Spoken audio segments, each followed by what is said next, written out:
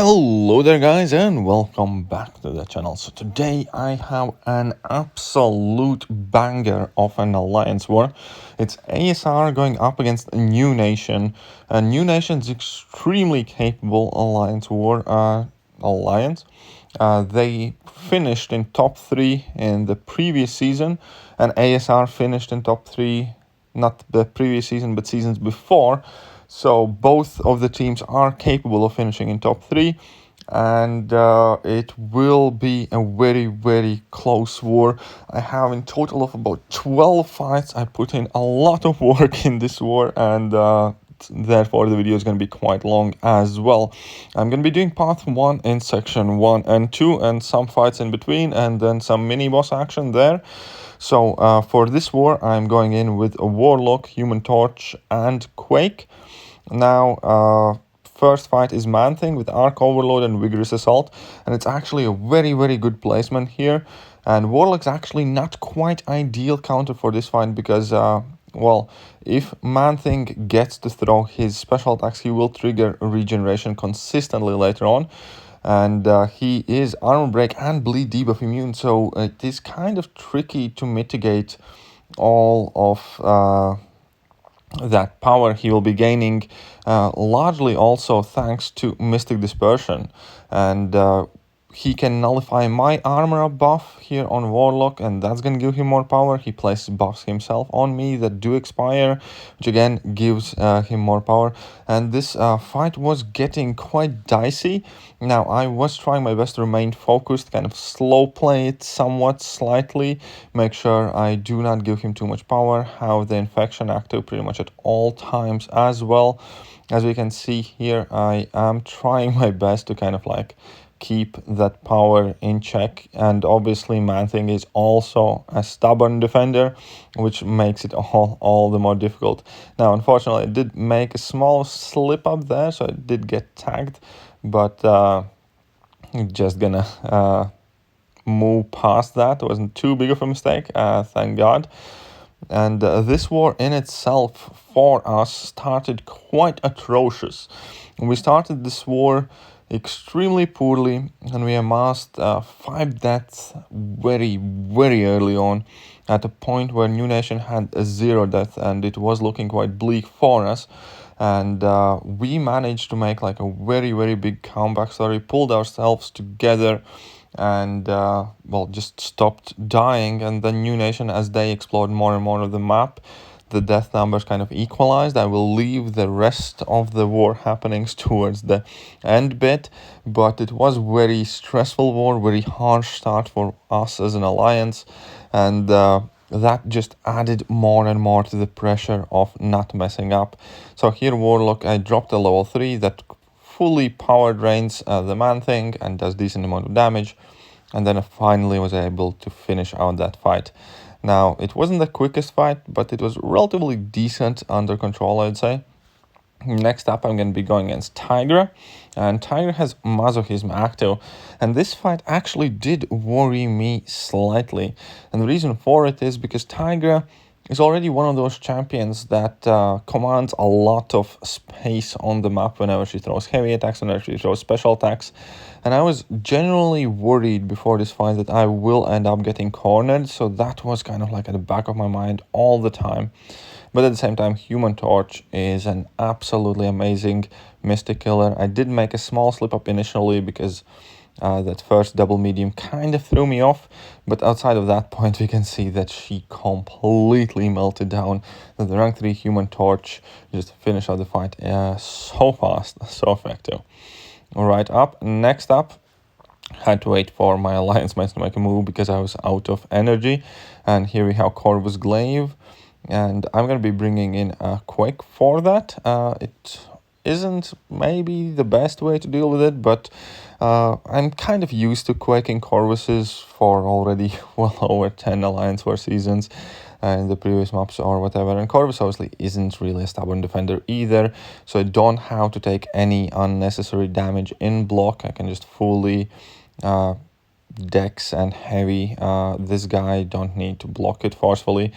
which is something we're going to see later on in the war. There will be more Quake fights. My apologies in advance if you do not enjoy watching Quake, but there are good reasons for using her, because she is, and I will die on this hill if I must, the best champion in the game.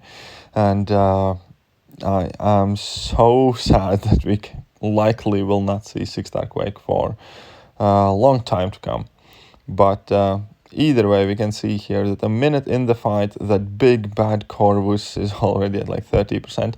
Fortunately, I will not finish the fight with a full yellow bar. I did take one hit on a block, so I have brought shame to my family name when it comes to quaking, I suppose. But yeah, here he's at 1%. I just need to drop the heavy to knock him over and make sure his glaive charges are disabled. And next up, I have to go and deal with this wasp. I will be using Quake for this fight as well. And now this is one big wasp, and it has Power Snack, Outlast, and Backup Recovery. And Power Snack is actually quite scary now. And Wasp itself is a scary champion to Quake, because if she drops that one heavy attack and it connects, I'm dead. So it is a very scary fight, to be honest. And also, she does hit extremely hard through the block. Here we can see that I'm taking 240 on my parries and like 1,000 damage in my block. And yeah, because of Power Snack, I also want to make sure I never trigger any buffs at all on me, because I want to make sure she doesn't gain any power and I don't have to mess up and deal with any of other kind of type of shenanigans in these type of fights. So I do not want to trigger Power Snack, which is effectively node-like buffet, except of healing up opponents. It gives them a bunch of power. But as this Quake fight is happening, I just want to point out that there is a ton of cool stuff happening on the channel. The channel has a Discord server now, to whom a link will be in the description. There's also a channel dedicated line room, and I also have a channel dedicated Facebook group created. In addition to all of that, I have made a commitment to go back in Abyss of Legends for every 1,000 subscriber milestone we can reach. So if you enjoyed the previous Abyss of Legends stream with full-on rank 3 6-star team, then at 31,000 subscribers, I'm going to be doing Path 2. At 32,000 subscribers, I'm going to be going in to do Path 3, and so on and so forth till we re-explore Abyss of Legends. But now back to the war, back to the Quake fight. This is one stacked Wasp. It did take us a while to get her down. We can see that the fight time here is nearly at 2 minutes, but thankfully she is going down fairly decently quick. The main thing that increased the duration of this definitely was that backup recovery, healing her up quite substantially. In this fight, I have taken quite a lot of block damage. I'm only at 62% health, but the fight is finally over. And this was my final fight of day 1. And when this day was finishing, we were still losing this war quite badly. Because as I mentioned, we had an absolutely horrible start as an alliance for this war. But we did manage to pull ourselves together. And at that point, New Nation had overtaken us in terms of exploration, but they had also died slightly more. I think the score at that point was 5 deaths for us, 8 deaths for New Nation, but they were about 40-50 ahead on exploration. So this was like the first time in the war that we actually felt that if we play perfectly, if we play flawlessly, we can actually get it done. But we had a monumental task ahead of us, because effectively we had a huge catching up to do, and there were literally no deaths allowed if we wanted to pull this one out of the hat somehow. And now I am starting off the section 2 fights on my side. I'm going to be doing path 1, but before we can get to the path 1, I need to deal with this Morningstar who was on Burden of Might, I believe. Burden of Might EMP modification.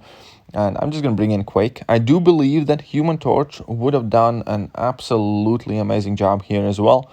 But to be safe, to be sure, because there are no chances to be taken in this war, I just brought in Quake, because obviously I have used Quake for long amount of time.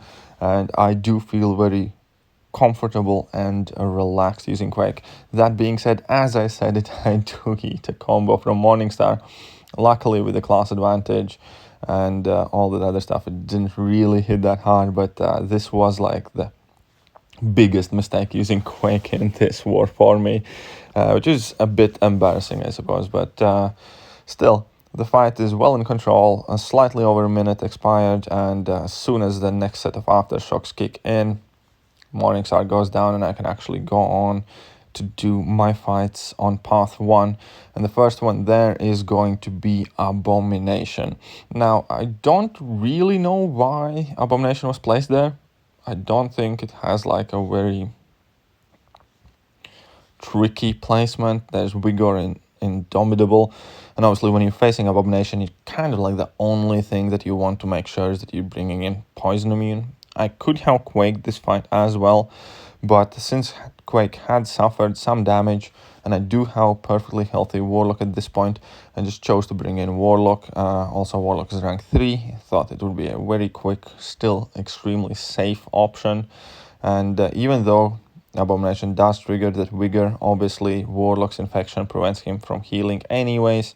I'm up to my level 2. I drop a decently big level 2 that refreshes my infections and basically applies another one, and for most of the fight I just parry in heavy because the bleed is putting in quite a lot of work, and it's consistently making sure that Abomination has a debuff on him, so he's trying to heal via willpower and his power is drained. And yeah, very straightforward, very simple fight with Warlock, perfectly under control in every single circumstance, I don't know. But next up, the champion on a Lionheart and Buffet node. Now, this could be a relatively kind of scary fight. Obviously, there are options. Champion used to be one of the scarier blokes to go up against in Alliance War, but we have seen so many annoying Alliance War defenders, and Champion's kind of fallen behind a bit. I am 100% sure that 6.26 champion still gives many people PTSD, but when it comes to my personal kind of like a look at the champion, I find him relatively harmless in vast majority of the situations because he's an absolute food for Mystic champions. He can typically be quaked, which is exactly the thing that I'm going to do here. And as we can see, I added the the 3-minute regen boost because I did want to be cautious with my health potions in this war, because the war is far from being over and I didn't know exactly how many fights I will have to do after this. But at the same time, I am playing this fight fully with parry heavy because I do not want to trigger any buffs. I could have went full on dex, but I didn't do that, and now I'm just playing parry heavy, not triggering any buffs on me. Champion's health goes consistently down. There's not too much to worry about. Obviously, Champion is a 6-star, he's quite stacked, but Quake is just chipping away, and these 5-minute timers make it so that using a 5-star Quake is so much more comfortable than it would be if we would still be playing with 3-minute timers, because then obviously the risks of timeout would be significantly higher in several different matchups, even on some of the lanes, not to mention mini bosses, and especially if you do not kind of like boost relatively heavily. But here on minute and a half in the fight, Champion is pretty much down. One more set of aftershocks and the job will be pretty much over. First unstoppable Champion that triggered with 5 Furies, but it's a bit too late, too little too late. And next up, I'm going to be just going straight to that Hulkbuster. I checked out the links that are incoming, and I'm really not bothered about them. It's basically a powers thing when I gain a bar of power and enhanced armor ups. I'm going to be using Quake, so I don't care about any of that stuff. And I still have the regen boost active. And again, it's going to be fairly straightforward, fairly simple fight. Now, Hulkbuster is a stubborn defender, so once again, I do have to play with heavies and parries. I cannot fully dex all of the attacks, so I will be taking some block damage. But other than that, just the typical standard Quake fight. Not that much to worry about here, right? And very kind of like straightforward, simple dominance by Quake once again, just showcasing why she's so amazing, because she can deal with so many different matchups under so many different circumstances. An absolute banger of an MVP character, not just for Alliance War, also for many different issue fights in general questing, in Alliance Quest, Alliance mini bosses, Alliance bosses, what have you. And yeah, she's just absolutely invaluable MVP, the best champion in the game once again. If you want to challenge me on that, good luck, but I'm not stepping down from this hill. And as we can see here, the Hulkbuster is just dropping down and down, further down. There's not much life left into him. He's at like 15%. He doesn't even get to attempt to regen either, so I don't have that bit to worry about. It does heal quite a bit by a willpower, but obviously Quake is able to overcome that. And yeah, again, slightly over than minute and a half, what is it, minute and 40 seconds to get that power sting, because all that parry damage actually pushed me past the bar of power, so I got in a tiny amount of willpower heal at the end. I wished he would have pushed me past the bar of power a bit quicker. And now this next bit is going to be actually significantly later in the war. At this point, we have already regained control of the war. We have matched New Nation exploration, and we didn't die a single time past our like first 40 fights. Basically is when we died 5, and then we got to about 130 nodes or 120 nodes, and we were still on 5 deaths. So basically we cleared the majority bulk of this war as an alliance, not giving away a single death, which was extremely impressive, awesome, and I don't know, it just felt very gratifying to see everybody pull together and do their best in every single fight. And to kind of like carry on helping out, because I already have had a really long war, I offered to take the left 3 mini bosses, because in my head I had like pretty much the perfect counters for everything there. Now this is Emma Frost on a Rage, and Emma Frost is a stubborn defender, and she is a very, very common and good placement on this Rage. But Human Torch with pre-fight ability active, I think, is pretty much a perfect counter here. I actually tweaked my masteries a bit as well. I took off Cruelty and some other things, but basically the passive Incinerates, Nova Flames still work on Emma Frost, even when she's in diamond form. Her level 1 hits are energy attacks, so I block and or parry them every time she throws a level 1, which gives me more smolders, which lets me do more damage without triggering rage. And I was well satisfied, well happy. I wasn't using any attack boosts and anything like that, but it's just like a rank 3 Human Torch against this Emma Frost mini boss. And I do take some chip damage, obviously I do, but Emma Frost is going down quite rapidly, and she's not really in the diamond form much, and the power stings are putting in work. So yeah, very convenient matchup for Human Torch with the pre-fight ability active. And here she basically offs herself with that power sting. Next up, I'm going to be going up against Darkhawk on Enhanced Special 1 and whatever else he has. I think it's Power Focus and Enhanced Special 1, but I don't really care too much for it. I go back in my masteries. I'm basically putting in kind of more standard, more normal mastery setup. I'm going to max out the glass cannon as well to help out Quake mainly in the next fight, just so I can do more damage using her. So I quickly kind of like added the remaining mastery points, and I'm going to be going up against Darkhawk, and then we're going to have that Symbiote Supreme fight as well. So again, a lot of fights in this war, and my apologies for this long and extended Alliance War video. I suppose I normally don't do as many fights in Alliance War, but anyway, so next up, Darkhawk, once again stubborn defender, so I will not fully heavy and dex. I will heavy and parry once I'm going to get into a corner.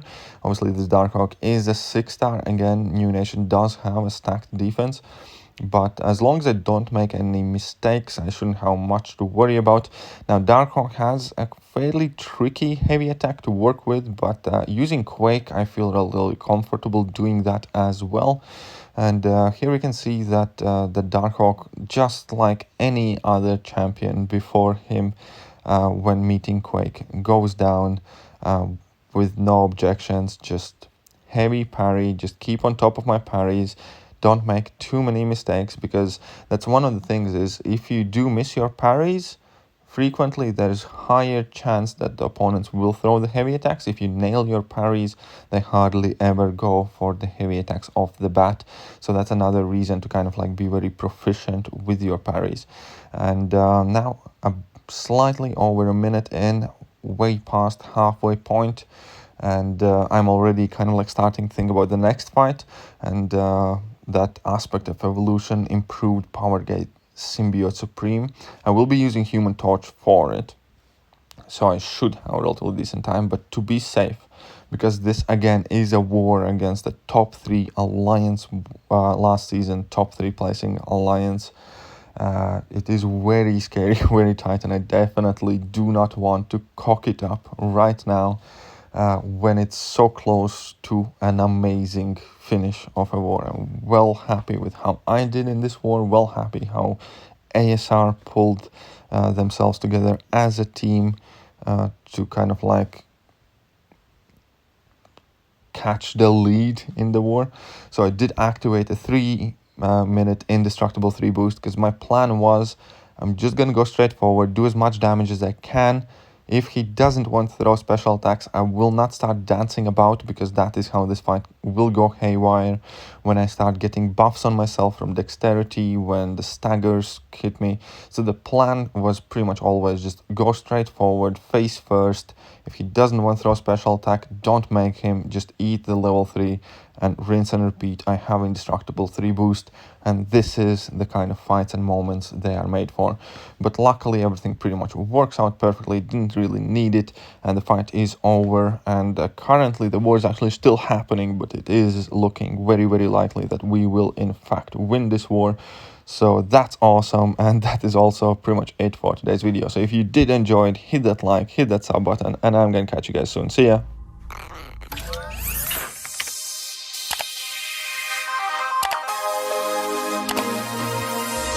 Hello there guys, and welcome back to the channel. So we have all the information about